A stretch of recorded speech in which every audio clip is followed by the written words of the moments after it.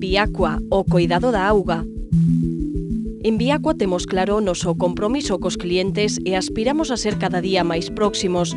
Queremos seguir sendo fieis. A nosa responsabilidade é coidarte.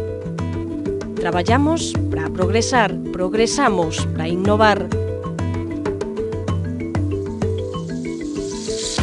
En Biacua innovamos cada día para darche o mellor servizo.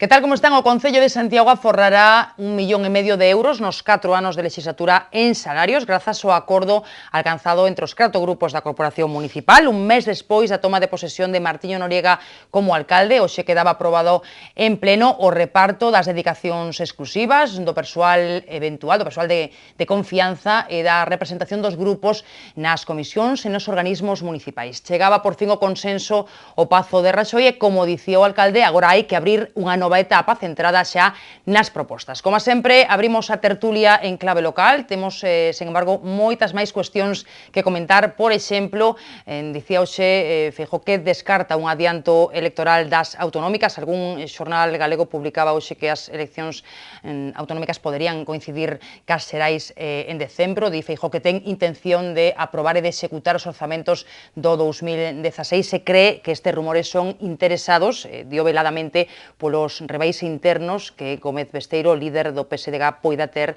pois, como dicimos, no seu propio partido. Insistía hoxe Pedro Sánchez en que no caso Besteiro se vai aplicar o código ético, responsabilidades se hai xuizo oral e de momento o que temos é unha imputación por 4 presuntos delitos do secretario xeral dos socialistas galegos. Hoxe tamén soubemos que o PP presentará no Parlamento unha reforma electoral para que nos concellos goberne a lista máis votada, que teña máis do 35% dos votos. Será outra das cuestións a comentar e a de hoxe é, sobre todo, unha xornada de reaccións ao acordo entre os países da Eurozona e Grecia para un terceiro rescate de 86.000 millóns de euros nos vindeiros 3 anos. Dio o presidente Rajoy que o acordo é razoable e equilibrado e que España aportará a parte que lle corresponde, máis ou menos un 12%. Un acordo que a ala dura da coalición gobernante Syriza considera humillante. Bueno, pois son as cuestións das que toca falar hoxe cos nosos convidados, 3 xornalistas habituais do faladoiro. María Méndez, benvida, que tal? María. Moi ben, gracias. Moncho Paz, hola Moncho, benvido. Hola, boa noite. E Xaime Leiro, compañeiro del Correo, que tal, Xaime? Benvido. Hola, boas noites.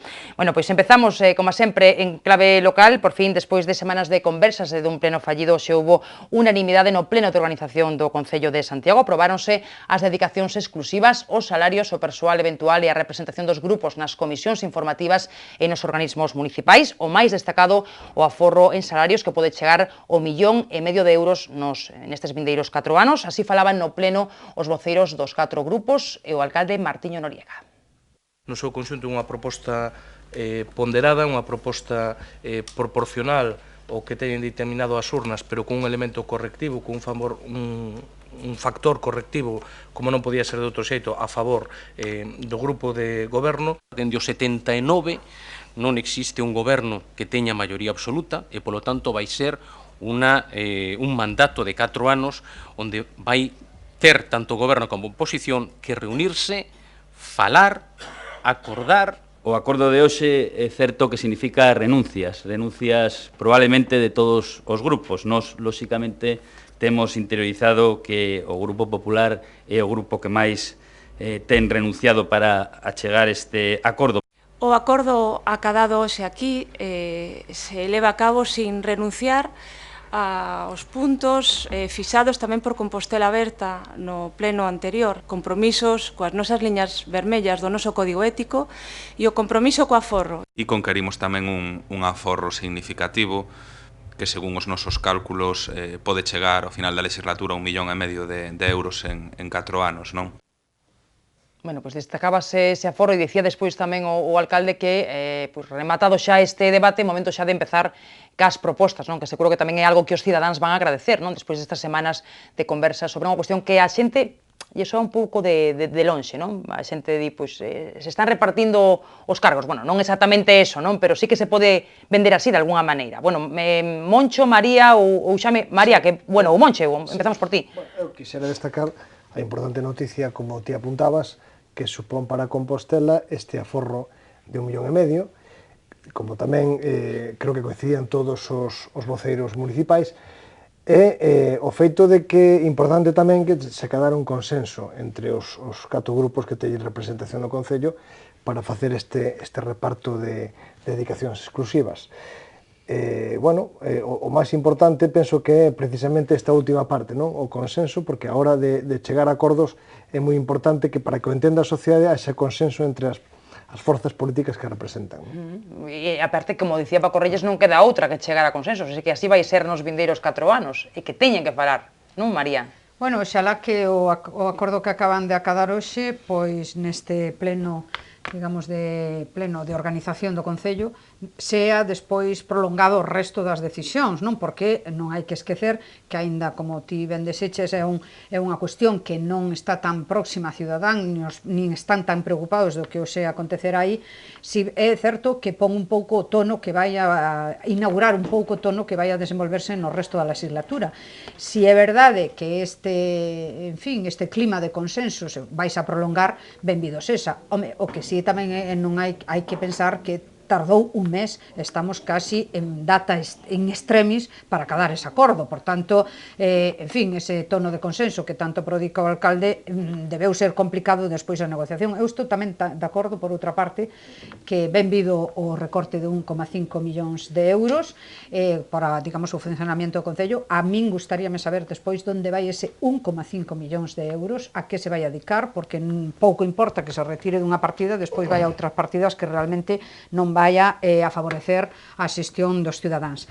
E, por outro lado, pareceme que tamén, con respecto ao reparto que houbo de adicacións exclusivas, pareceme que o PP, estou de acordo co que dixo o xefo da oposición, que non sae del todo favorecido e que si foi o que máis renunciou, porque non hai que esquecer que sendo a lista máis votada, sin embargo, ten 2,5, creo que a segunda máis votada, pero sendo a segunda máis votada, pensa que só ten 2,5 frente non a 10 que ten en estes momentos o grupo de Compostela Aberta. Pareceme que aí houbo, digamos, unha proba de xenerosidade por parte do Grupo Popular en decir que en aras de acadar un acordo renunciase a esas adicacións.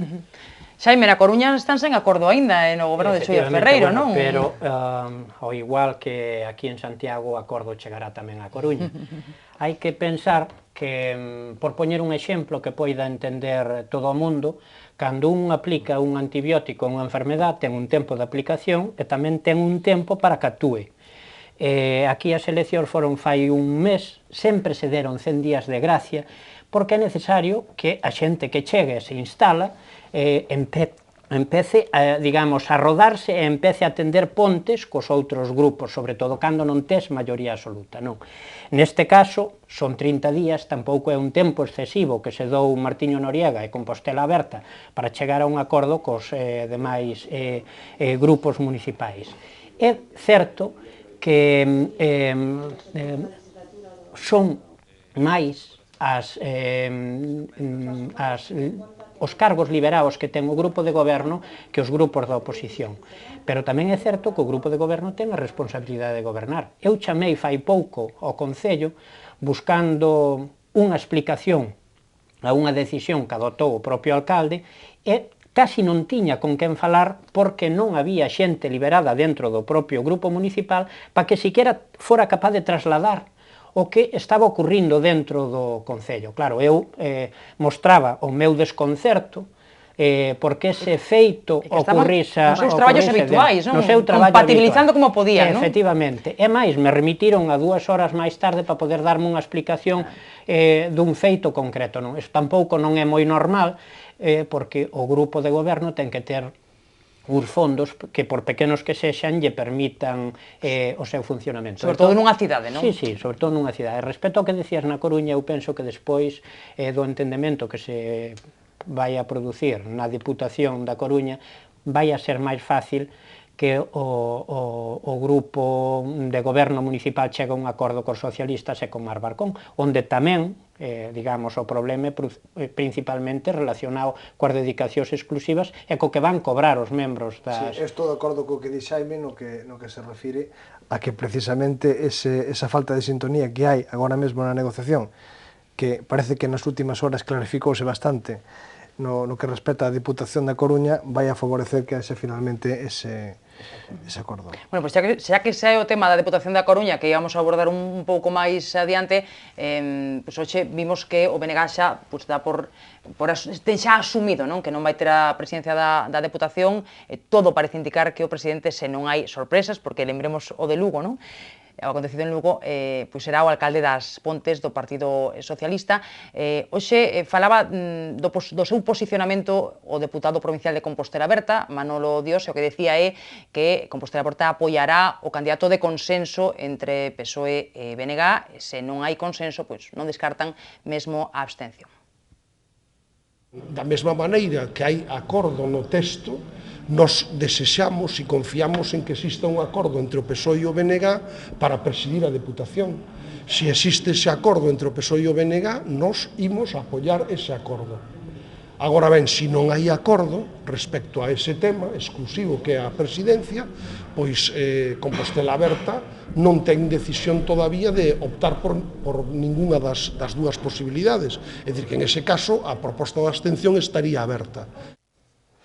Bueno, pois aí está o posicionamento de Compostela Berta e o das mareas, que entendo que vos parecerá case lóxico, non? Sí, a mí sí, a mí pareceme do máis lóxico porque, vamos a ver, o que non me parece lóxico foi a presión excesiva que desde o meu punto de vista fixo o BNG nas últimas semanas, incluso pedindo para eles a presidencia da Diputación da Coruña, é dicir, porque eu personalmente son dos que pensa que os pactos en democracia son necesarios e cando faz unha coalición fala, pero que o peso nesa coalición pois debe telo de cara a representar o cargo, neste caso, da Diputación da Coruña, pois debería ser para o PSG, claramente, non? É dicir, ese posicionamento... 8 deputados fronte a 5, me parece que, non? Sí, pero que esa presión excesiva por parte do BNG, pois eu penso que non é razoable, non? Afortunadamente, creo que xa se soube en todo o caso, non? Bueno, pero digo eu que se as coalicións non funcionan, Moncho, o que debería é, volvemos outra vez ao mismo, a sair a lista máis votada, non? Creo que en este caso debería sair o PP, non? Non foi a lista máis votada. Quero dicir, facemos aquí experimentos moi alambicaos de todos os pactos, non? Ou seja, a cuestión é que non goberno outro. Entón, pois, no caso do BNG, en este caso do Coruña, o que pareceme que vai a ter unha disposición de abstención, non? Non vai a favorecer o voto do PSOE, pero vai a absterse, pero bueno, absterse para favorecer que saia despois o PSOE. Por tanto, a min pareceme que aquí estamos a facer simplemente un xogo de tronos, non? Hai que posicionarse. Que dúbeda cabe que as diputacións, aínda que foron rexeitadas moito tempo por o propio Bloque Nacionalista Galego, parece que agora empezan a ser moi interesantes para acadar o seu goberno, estamos nesa feira de contrapartidas, de que xuntámonos, non nos xuntamos, pero ti me das a Diputación de Pontevedra, entón eu votoche na Coruña, estamos asistindo, bueno, supoño que os cidadáns están todos asistindo. Esa é a negociación, non? Bueno, eso non, imos ver, eso a negociación por acadar o poder, por acadar, tampouco é negociación. Entón, eso é o que é un artificio, digamos, é unha subasta, non? Porque aquí eu non escoitei ata lo de agora ningún, digamos, discurso que faga que se sustente unha base programática, en un criterio de goberno, en un desenvolvemento de que vai a ter, que funcións vai a ter realmente esa institución. Eu non escoitei nada. Aquí o único que escoitei é que se somos 3 máis 5, e outro que suma 2, pero se ten, entón chego eu a poder. Bueno, a min pareceme que é un espectáculo bastante lamentable, e teño que decir que en este sentido critico bastante esas posicións que veñen a falar de que os pactos e as alianzas son parte do novo tempo. Bueno, a mí o que me parece que o parte do novo tempo é acadar o poder ao custe que sexa. Se me permitides, eu non me refiro... Sí, breve e logo Xaime, sí. Non me refiro a iso, refírome a que sociolóxicamente hai unha realidade clarísima no caso de Galicia, que o goberna a dereita ou gobernan as forzas de esquerda, e se gobernan as forzas de esquerda non pode ser unha, senón que ten que haber un pacto, e para que sexa un pacto Pero se non hai pacto, haberá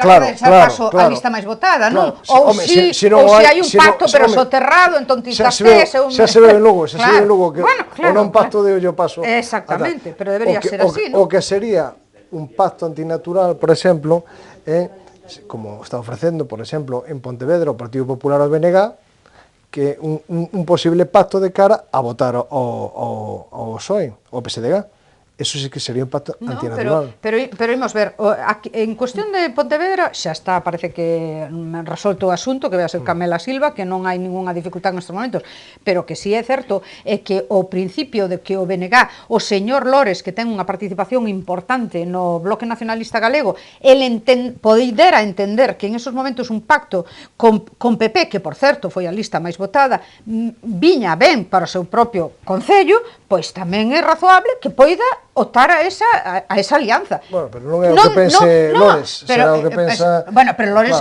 escoita un momento, Lores pareceme que teña un peso específico moi importante agora no Bloque.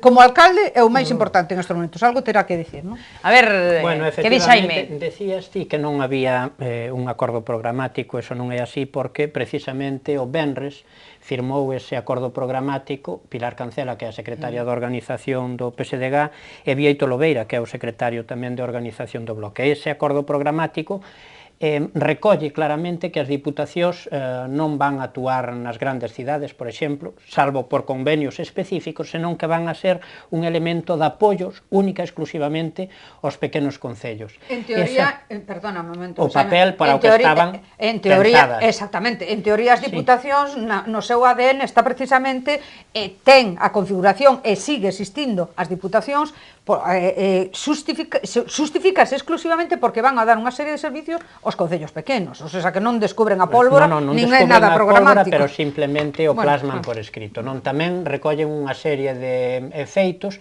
que deberían ser competencias que deberían ser trasladadas ben aos concellos ou ben á Xunta, non recollen, como ti dis, a desaparición das deputacións, porque non é posible que desde a legislación autonómica poida legislarse nese terreo, non? Entón, eu creo que si hai vontade de transformar as diputacións en algo diferente, pero evidentemente hai unha experiencia previa que tamén xa figura na Diputación de Lugo, que non van a descubrir a pólvora, como diste, porque xa traballaron ali nese terreno, poideron experimentalo e fixeron o que fixeron, non foron máis alá dese asunto.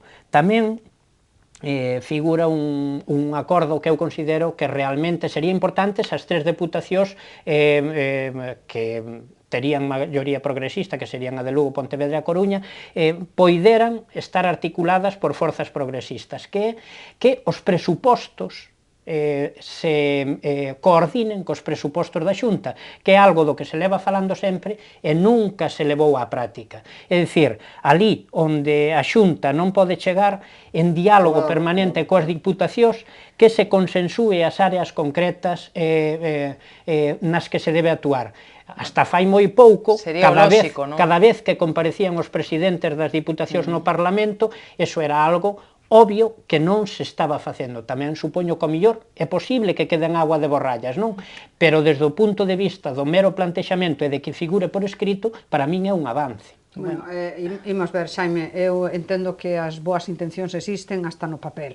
Agora, a experiencia recabada por os partidos que estuveron, ben o comentaches ti, adiantándote xa que eu pusera, por suposto, a tirita na ferida, a experiencia recabada polos partidos que dirixiron as diputacións en esta comunidade autónoma demostran que unha e outra vez fixose unha política clientelar en aras de favorecer aos concellos que tiveran o mesmo signo político. Por tanto, a min, que agora teñan un preámbulo de boas intencións e van a decir que van a cambiar dinámica, me vou a darse o beneficio da duda. Vou a dar o beneficio da duda. Pero pareceme a min que, bueno, que eso non é precisamente un plan programático ou, digamos, unha estrategia de execución que van a levar a cabo dende as diputacións. Pareceme como principios xerais que xa están realmente ou deberían estar no funcionamento das diputacións e que nunca se fixo. Por tanto, bueno, eu voulle dar o beneficio da dúbida, pero teño bastantes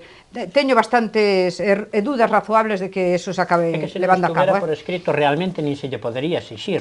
É dicir, podería gobernarse sin siquiera un guía, un plan guía de traballo. Eu, nese sentido, espero que durante a legislatura a novos tempos políticos tamén novas formas de gobernar e, se non aplican esas novas formas de gobernar, evidentemente, os cidadáns lle pasarán por riba nas vindeiras eleccións, porque, ademais, a sociedade está sendo tan dinámica que ou actúas en consecuencia con celeridade ou che dá a espalda nas urnas de maneira inmediata. Se ven comprobando instintivamente nas últimas citas electorales. Entón, eu penso que se queren evidenciar as forzas progresistas que hai unha maneira diferente de facer política desde as diputacións, ten aí unha oportunidade. Pois verémolo, Moncho. Quería decir que non tería sentido un pacto se non hai un acordo programático de elementos comuns entre dúas forzas para conseguir unha xestión diferente e eficaz. Pero unha xestión que, en principio, esos, digamos, liñas programáticas, o único que veñen a reproducir é o que está no funcionamento mesmo das propias diputacións, que se fixeron non se fixera outra cousa. Ahora, vísnos a recordar cal é o cometido das diputacións, non me din absolutamente nada. Hai outros aspectos concreto, por exemplo, o poder do propio presidente da Diputación, a utilización de recursos de maneira discrecional por parte do presidente da Diputación para determinado tipo de obras que poderían ser consideradas clientelares, entre comillas. Ahora, polo menos o documento, figura que ten que haber unha xestión máis colexiada, e o Pleno pasa a ter máis poder que tiña hasta ahora. Evidentemente, eso non é a panacea, todos sabemos que das boas palabras aos feitos van treitos longuísimos, e evidentemente non é garantía de nada, pero si é un avance por escrito que hasta ahora, un documento por escrito que hasta ahora non había. Sí, pero bueno, o problema de fondo sigue estando aí, é dicir, a falta de consenso entre as dúas grandes forzas políticas deste país neste momento. Veremos que pasa despois das legislativas de novembro, pero para facer unha reforma constitucional e tomar unha determinación clara con respecto ao que son as diputacións provinciais. Pero nunca se levou a esa reforma porque non lles interesaba ningún dos grandes partidos. Fundamentalmente o Partido Popular. Bueno, pero o Partido Socialista tamén gobernou este país, parece, e non levou a cabo ningún tipo de reforma das diputacións porque tampouco lle interesaba, porque sempre... Pero é unha forza máis aberta a ese tipo de diálogo. Non, xa vimos, fixo unha reforma integral das diputacións. O que sí fixo o Partido Popular na última reforma da lei local, si lle deu novos ámbitos de actuacións ás diputacións, precisamente facendo fincapé en que eran instrumentos para, digamos, o desenvolvemento dos concellos máis pequenos. Eso sí aparece na última reforma local, e eso non o fixo o Partido Socialista. Xaime, algunha cousa breve? Non, simplemente iba a facer mención a que non son só as diputacións, é dicir, o outro día sacaba ao mundo unha foto en portada que recollía un pleno do Senado no que había tan solo 4 senadores atendendo a intervención desde a tribuna de oradores, é dicir... De 256 senadores, faltaban 212. Efectivamente. Dá a sensación que non só as diputacións... Pero moitos tiñan excusa, unha boa excusa, non?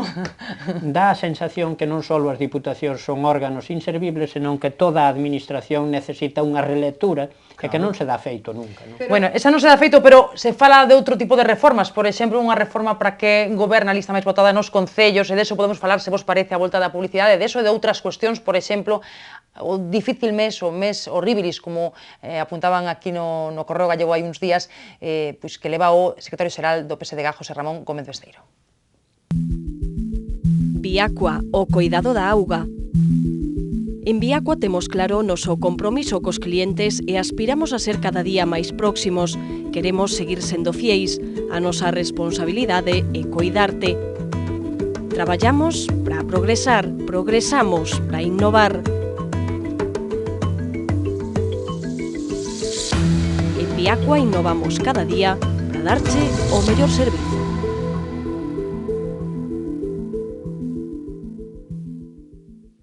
Seguimos no Faladoiro, hoxe na compañía de Moncho Paz, de María Méndez e de Xaime Lero, tres xornalistas habituais da tertulia cos que nos tocan nos 25 minutos que temos por diante falar de varias cuestións que hoxe son noticia, comezando pola situación do secretario xeral do PSDG, José Ramón Gómez Besteiro, imputado, como saben, por 4 presuntos delictos por unha actuación na súa etapa como concelleiro de urbanismo en Lugo. Hai 10 anos, xa choveu dende aquela, vai ter que prestar declaración dentro duns días e hoxe falaba da súa situación o líder do PSOE, dicía Pedro Sánchez, bueno, que se ven dicindo nos últimos tempos en relación tamén a outras persoas imputadas no partido, aplicarase o código ético, é dicir, responsabilidades se se abre xuízo oral e non estamos aínda nesa fase. Bueno, en todo caso, pregunto vos a vos se podemos dar xa por amortizado o líder socialista galego, hai que ir pensando xa en un recambio, estáse falando últimamente de nomes que xa non soan ao pasado, non? Pero que están aí permanentemente nas quinielas. Falo do exministro José Blanco, actual eurodeputado do PSOE. Eu non sei, Xaime, Moncho, que queira, Moncho, como ves a situación de Besteiro? Sí, a ver, a situación de Besteiro vexa moi complicada, é unha nefasta situación para o PSDG, tendo en conta que prácticamente nun mes, como apuntaba precisamente o xornal deste grupo, neste mes horribilis, pois pasou de ter unha situación feliz, de felicidade polo poder territorial acadado, a unha situación nefasta por distintos feitos negativos que aconteceron no seu propio feudo de Lugo, como a negociación, entre comillas, da alcaldía con Orozco, a perda de Orozco, e despois o perder, digamos, a Deputación Provincial, non? Chámame poderosamente a atención tamén o feito de que ese momento de felicidade do señor Besteiro se rompa 10 anos despois dunha investigación que aparece de súpeto, e quero dicir que non sei, que parece un pouco estrano tamén, non? Que unha investigación dunhos feitos acontecidos en 2005 saltan agora en 2015, precisamente neste momento, en vísperas das eleccións autonómicas. É dicir, eu creo que aquí tampouco hai cosas que a vida non é gratuita, quero dicir, non? É que pareceme moi perigoso, ademais tendo en conta que estamos a falar dunha xuiz que abre moitas causas, pero que non remata ninguna. É dicir, podese dar unha situación moi complicada, non solamente para o PSDG, senón para todo o panorama político de Galicia, e en concreto, eu son dos que pensan que o PSDG debería ter claramente un plan B, tendo en conta a situación e o que pode acontecer. É dicir, que o Besteiro o dicía a semana pasada, que agarda prestar declaración e o 31 seguramente quedar libre de todo mal, pero pode ser que non suceda isto. Bueno, pois cuestiona Moncho por unha banda os tempos da xustiza ou os tempos do xulgado que dirixe a xuíza de Lara, e por outra parte, bueno, pois a necesidade dun plan B por parte do PSDG, que o mellor pois está na xenda, Xaime, non sei. Vamos a ver, eu polo que falei estes días cos diferentes dirixentes do Partido Socialista, non dan por enterrado, evidentemente, a Gómez Besteiro, pero sí empezan a traballar xa con ese plan B, falando, evidentemente, da canteira posible que poda haber como recambio. O primeiro nombre que ten todos en mente é o do exministro de Fomento, José Blanco. Ese ven automáticamente sempre, non? Sí, é o que está, porque é o que está... O ave fénix. Efectivamente, é o que sempre volve a resurgir. Ten certo empaque institucional, tuvo relacións coas clases dirixentes, fixo inversións no AVE en Galicia, que continuou e ampliou a ministra popular Ana Pastor. Un ministro de Fomento sempre é unha persona que se relaciona, digamos, cos poderes fácticos e se relaciona regando de fondos as grandes empresas e, polo tanto, dalle unha certa interlocución con eses ámbitos, que non é baladí nunhas eleccións autonómicas, non? Pero fai falta algo máis. Fai falta algo máis, evidentemente. Ante situacións excepcionales, o PSOE tamén traballa con salidas excepcionales. E cando un lle di, posiblemente, José Blanco, ao mellor, encara xa ou representa o pasado, tamén din, bueno, en Madrid, ante unha situación excepcional como foi a caída de Tomás Gómez de xeito exprés, tamén houve unha salida excepcional. É unha salida excepcional que foi buscar a unha persona de relieve con... unha persona independente, con certo empaque, certa presentación en sociedade, e aquí non se descartaría ao mellor tampouco ese horizonte de buscar a unha persona de relevancia social, se a canteira do propio Partido Socialista non dera máis de sí. A ver, María, que igual ten... A min pareceme moi xenerosa, en fin, o perfil que fai o noso contertulio do señor Blanco, señor Blanco. Non hai que esquecer dous elementos fundamentais que poderían frear esa carreira ascendente que ti pronosticas po señor Blanco. Unha, a negativa absoluta de Ferraz de presentarlo como candidato, eso dende logo, o sea, súa relación química con o señor Sánchez é absolutamente nula.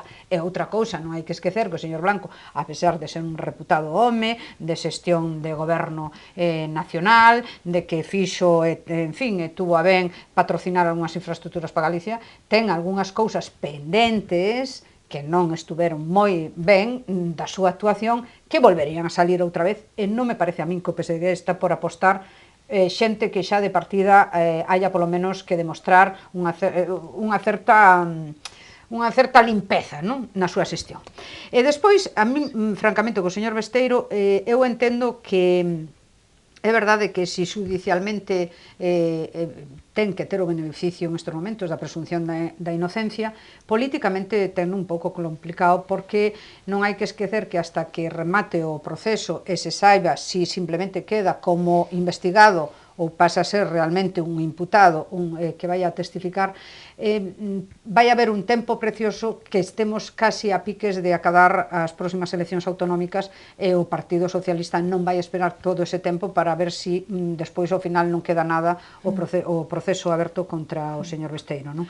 Supoño que antes vai a ter que ter capacidade de previsión para facer un recambio e levar unha persoa que acade, en fin, as eleccións autonómicas con certa garantía. Outro será moi complicado, e non me parece que no Partido Socialista en Galicia estén por la laboura de perdonarlle o tema. Eu falaba antes de 100 días de gracia pos gobernos. O caso de Gómez Besteiro, o caso judicial, retomouse despois de 10 anos, fai escasamente 5 días. O propio partido está en estado de shock, está desorientado, e a unha persona que van a chamar a declarar, non só se lle debe presupoñer a súa inocencia, senón polo menos no caso no que a máxima figura do partido, polo menos que chegue a declaración, e unha vez que declare, el mismo saberá o alcance que ten ou o recorrido que ten, e non embarcará o Partido Socialista, ou polo menos eso é o que me trasladan a min, en función da declaración e do que lle pregunte a xueza, el saberá que recorrido ten. No partido están agardando que declare para ter coñecemento de primeira man por onde poden ir os tiros. Non, eu supoño que non vai a ir moito máis alá unha decisión final de Gómez Besteiro desa declaración, porque aí poderá vislumbrar se vai ser desimputado ou non. En todo caso, pareceme que... Non é moi arriscado, eso de que vais a vislumbrar de que poida ser ou non imputación, o día 31, non? Creo que é unha declara, non? Así que en agosto teremos o mellor noticias. Unha organización política, tan solo por unha imputación de maneira dramática, en tan pouco tempo, é dicir, concedámoslle 30 días, que non é moito tempo, non? Eu non digo descabezar, eu que digo que o seu liderado como futuro ou futurible candidato á presidencia da Xunta pode quedar moito en entredito despois de todo este proceso. Xa non era moi forte, xa non era moi forte. Si sale, digamos, libre de causa, non lle vexo problema ningún. Pero aínda que non saia, pareceme que non...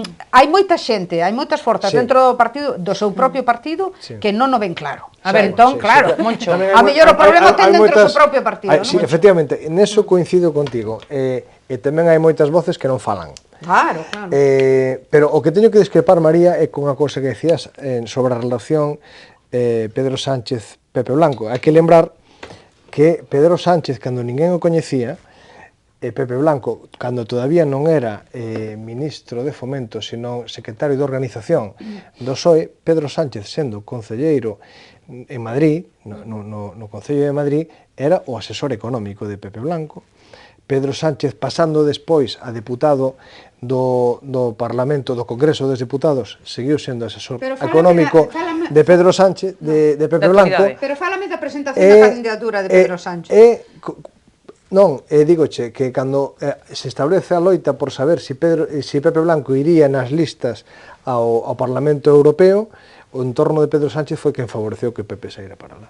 No, bueno, eu pareceme que, en fin, a veces hai que darlle pontes de plata suposto ás persoas que che poden molestar, e a Comisión Europea o eurodiputado é unha saída moi digna. Non me parece para nada que sexa eso a relación de Pedro Sánchez con... En todo caso, parece que a lo menos o PSG vai ter un tempo para ir preparando, bueno, o terreo, segundo que pase, xa veremos e xa o comentaremos, porque non teremos, segundo nos dicía hoxe Feijóo a preguntas dos xornalistas, non teremos autonómicas este ano. Hoxe xa pudestes ler, supoño todos, unha información dun xornal galego que apuntaba que habería, sería probable un adianto electoral para que coincidiran as autonómicas e as xerais en decembro, como unha forma de pillar o PSG co paso cambiado nun momento moi complicado, e as mareas en rematar de asentarse, buscando un escenario que beneficiase o PPDG. Dicía Feijóo que nada diso, que nos seus plans está aprobar e executar os orzamentos do 2016. Eu non sei se... Eso pode ser que aconteza, tamén é certo que pode acontecer que se o Partido Popular con Mariano Rajoy de candidato moi cuestionado, a pesares das posta en escena da conferencia política da fin de semana, moi cuestionado na súa propia forza, revalidara como presidente do goberno español, non sería descartable que Núñez Feijóo rematara como ministro dese goberno, non? Co que abriu un marche tamén para elixir un candidato, un marche pequeno, como no PSDG, para elixir un candidato do PP.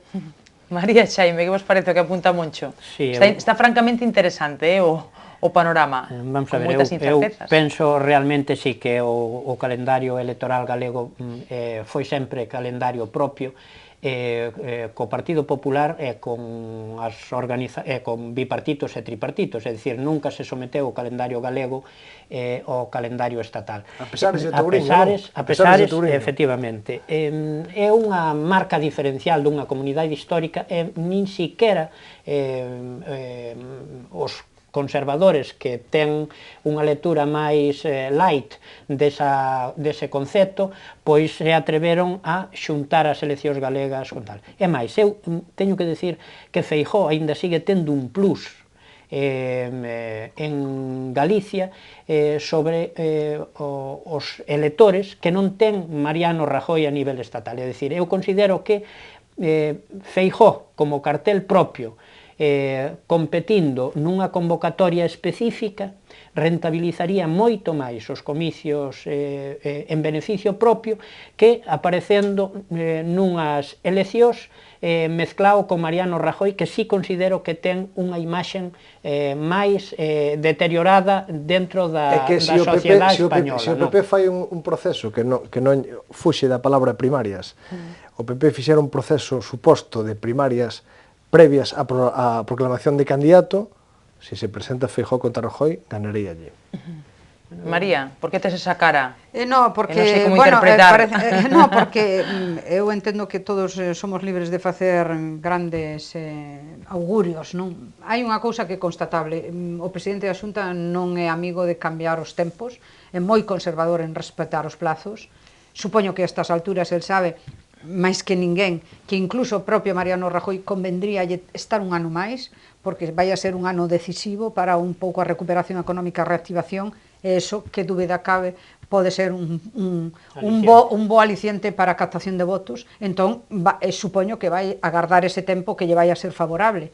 E despois tamén hai unha cuestión, a min pareceme que si lle preocupa que non é tanto esa lectura que fixo un xornal de que lle interesa agora aproveitando coyunturalmente que a oposición ten un momento complicado para, digamos, gañar novas posicións. Bueno, pareceme que ese argumento non é moi válido tendo en conta que os supostos votantes, potenciais votantes do PSDG non van a votar ao PP. O que sí esos votos poderían favorecer moito as novas plataformas, novos partidos políticos de novo cuño, cousa que ao mellor podería despois ir en detrimento de algún pacto que si poidese colisionar con unha exactamente, con unha maioría do PP. Nas municipais en Compostela, na Coruña. Aí podería poñer unha situación máis complicada o PP, máis o feito de que aproveitando que o PSDG está moi mal, pois vamos a tratar de convocar eleccións anticipadas. Eu pareceme que vai a respetar os tempos, que ata o ano que ven, que outra cousa é que si dentro do ano que ven, que pareceme que o plazo remata en novembro. E a finales. Exactamente, si despois aí dependerá moito do que acontezca nas nacionais, que entonces supoño que o presidente da Xunta xogará tendo en conta xa o panorama nacional, si el dá ou non dá o salto un pouco en adiantar ou non as eleccións. Pero ata o ano que ven non vai a pasar. Na convocatoria de setembro vai estar interesante todo isto.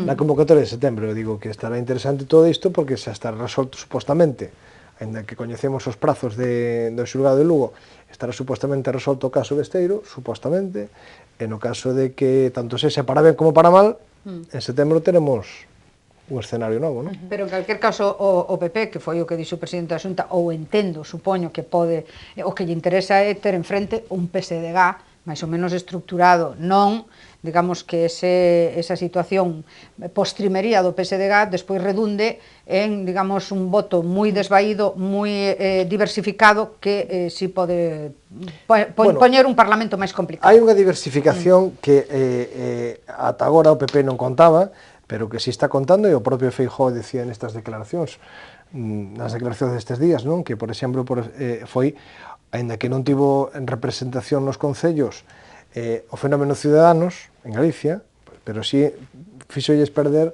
varios concelleiros en Compostela, na Coruña e tal. Esa disgregación na parte da esquerda, a ver, neste momento o movimento é o seguinte, é dicir, se hai xente afín e votante do PSDG, pero descontenta ou non ilusionada con esa opción, veremos o que pasa co caso Besteiro, esa xente lóxicamente iría para as mareas como foi en Compostela e na Coruña.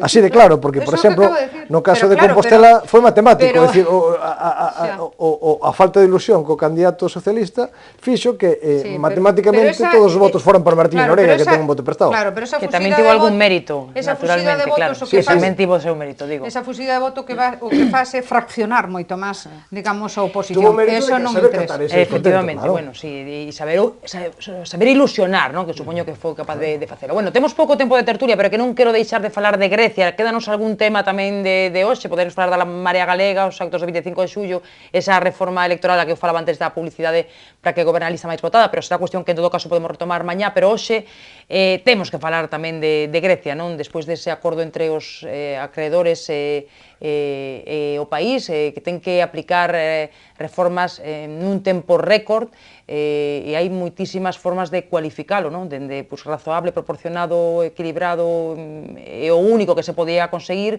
ata quen fala de un tiro na caluga, por exemplo, ou un acordo moi humillante que din dende a ladura de Sirisa. Eu non sei con que vos quedades. Ábrese un momento para Grecia de provisionalidade. Para o goberno grego. Para o goberno grego. Non para Grecia. Bueno, para o goberno grego. Para o goberno grego porque xusto unha semana despois do referendo, onde gaña ou non, prodúcese a reunión do grupo e a resolución dese terceiro rescate, que non esquezamos que ten que ser refrendado polos parlamentos dos Estados membros. É dicir, no caso concreto de Grecia, o Parlamento grego ten que aprobalo, que creo que é o vindeiro xoves, e hai unha división xa na propia Siriza, que goberna, entre os que consideran que Chipras fallou nas súas negociacións e ábrese un escenario moi complexo, o cal veremos como se resolve, pero parece que terá que ser con goberno de coalición. Xaime, vamos a ver, efectivamente, coincido contigo no feito de que Tsipras, na miña opinión, saíle debilitado. Eu que fui un defensor... Moi debilitado. Outra cosa sería se non se convoca o referendo do domingo pasado. Sí, saliría debilitado igual. Eu penso que sí, que saliría debilitado. Saltou todas as liñas vermellas que tiña proposta na negociación. Iba a salir moi debilitado. Efectivamente. Ou lograba unha reestruturación da deuda clara. Hasta ahora, el saleu da reunión onte de xefes de Estado e hoxe fixo mención á reestruturación da deuda. De momento, eu nos teletipos e nos medios de comunicación internacionais solo vin alusións do propio Tsipras á reestruturación da deuda. Non existe, é que non Polo tanto, teño dudas de que sea así. Ben, en todo caso, deixando eso de lado, de que Tsipras e Siriza van entrar en turbulencia porque, en certa medida, saltaron as liñas vermellas que dixeron que non iban a saltar, tamén teño que dicir outra cousa moi clara respecto á Unión Europea. A Unión Europea demostrou, co caso de Grecia, que Angela Merkel e Alemania, coa comparsita de Francia e con España xogando un papel de recolle pelotas. Está clarísimo. É dicir, Angela Merkel Rajoy, é Europa, queres dicir? Sí, Angela Merkel é Europa. Rajoy nin siquiera estaba, nin recibía as cartas de Grecia. É dicir, iba ali a votar e estaba, non contaba. Polo tanto, hai unha Europa, que é a Europa que levar o marca. É a Europa que diseñou Angela Merkel e ou se entra por ese aro ou non hai nada que facer. Polo tanto, é unha traxedia que Europa quede reducida a esa, porque non foi só economía, Europa foi política, Europa foi redistribución social, Europa foi un estado de benestar, e agora queda reducida única e exclusivamente a unha toma de decisións unilaterales por parte de realmente quen ten o poder, que son os mercados. Un breve apunte, María, moi breve.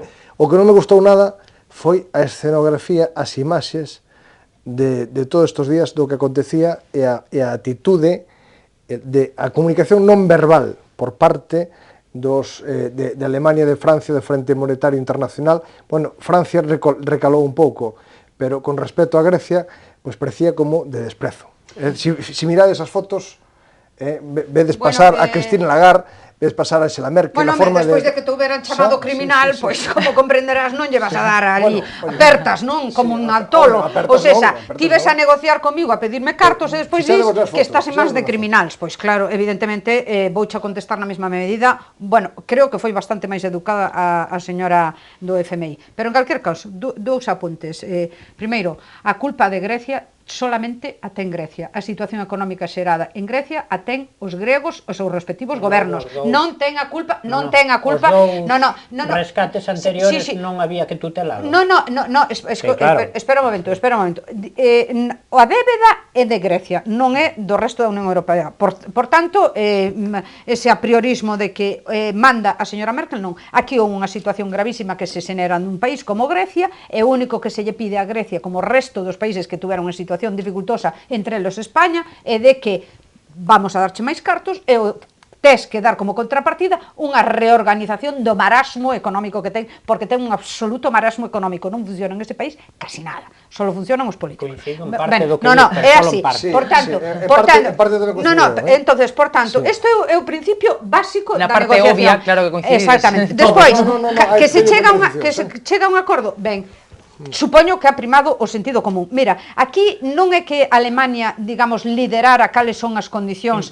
No, perdona un momento. Aquí, Finlandia, Noruega, Dinamarca, eslavos, todos os países nórdicos opoñéronse taxativamente sempre a unha negociación con Grecia. Querían, non só eso, sino que propuxeron como alternativa que saíra fora de tal. Por tanto, Alemania non foi a que liderou, sino que había moitos países que estaban contrarios. Por certo, a primeira vez, Chulio, que 18 países se poñen de acordo, 18 países na Unión Europea, póñense de acordo para poñer non te preocupes. Houve países como Francia que estuveron titubeando, que non sabían se non o protexer, e ao final admitiron que como eles vanlle pasar tamén o mesmo, que dentro de pouco van a necesitar algún tipo de axuda da Unión Europea, evidentemente tamén lle van a pedir outras contrapartidas. Por tanto, a ver que pechamos. Quero decir, era previsible que ocurrira o de Grecia. Agora, o de Grecia, supoño que o futurible máis inmediato será que haxa un cambio de goberno despois do enorme fallido que tuvo cos seus pronósticos, previsións e programa electoral roto en 5 meses. 10 segundos.